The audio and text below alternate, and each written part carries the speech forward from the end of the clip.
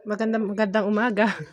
O 'di ba naputol tayo. So, back to dun sa ating pinag-usapan. Marami pa rin ako nakikitang mga big content creator na lagi nilang sinasabi kapag napadaan ako sa wall niyo, tapusin niyo ang video ko. Tapos mag-share kayo, tapos mag-react kayo base sa kung ano ang nakita niyo. To be honest, okey naman talaga yon. Wala namang problema dun. Kaya lang marami talagang mga content creator na malalaki na parang naghihikayat sila na maging audience na tayo instead of gumawa tayo ng ating sariling account o sarili nating video, 'di ba? So yun yung napapansin ko. Actually, naging biktima ako niyan. Dati halos din ako gumagawa ng video, nakatambay na lang ako kay Mikay. Kilala niyo po ba si Mikay?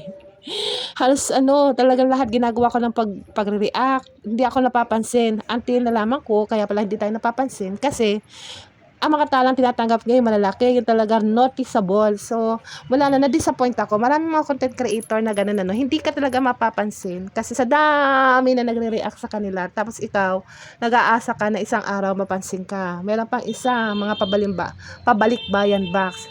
Yan talaga hindi na ako na ano, sabi ko, ay wala na to. Bumibili sila ng viewers nila para lang maraming mag-react doon sa content nila. Tapos meron pa, yung algorithm daw na andun daw sa kanila kaya mag-react para daw tumaas ang ating engagement. Diba? Sabi ko, ano ba nangyayari? Sabi ko, ano ba talagang totoo?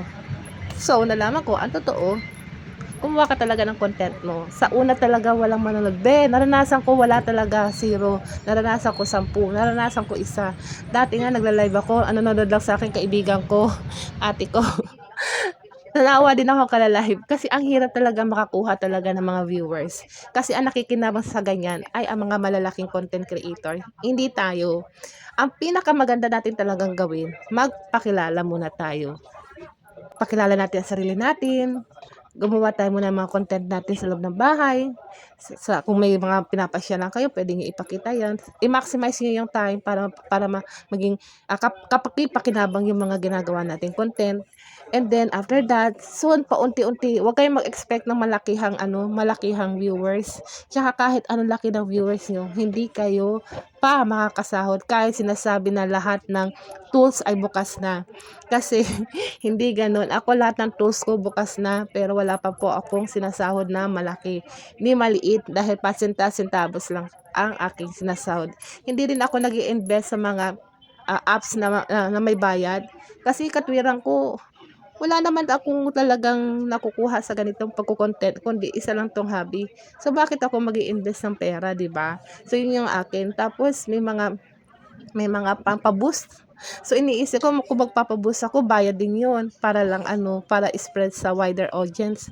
Meron nga iba pa nga nagte-text sa akin, tutulungan daw ako ma-spread yung aking content. Hindi ko rin ginagawa kasi sayang. Andito lang tayo ay para magbigay ng inspirasyon, hindi para magtrabaho dito. Kasi ang hirap. Ang kumikita dito, sila lang mga big content creator. Kaya huwag kayong mag-expect na may pera dito. Matatagalan pa. Minsan ka lang makasahod, hindi na mauulit. Tsaka talaga medyo sensitive talaga ang meta. Kaya ingat-ingat kayo sa paggagawa nyo ng content. Kung kaya nyo din lang na huwag gumamit ng music, mas okay. Or kung eligible na kayo sa paggamit ng music pero kailangan yung free sa royalty, free sa copyright issue. So yun lang ang pwede nyo gawin.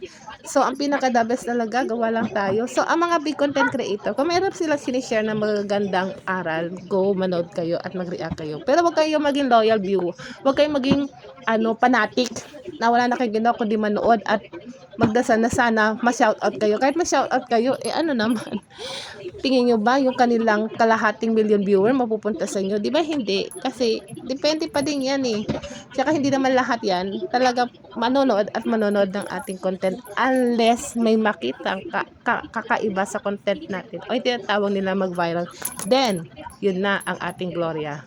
And the rest is history. So for now, enjoy lang sa pagiging content creator. As small, as humble as we are, okay lang yan. Huwag tayo mag-aim ng anything. Ang dami nang umalis dito kasi nga, yun nga iniisip nila, magkakapera sila. Wala ang pera sa pagko-content, lalo na kung ikaw ay isa pang small content creator. I-enjoy mo lang to, gawin mo lang tong hobby. Bye!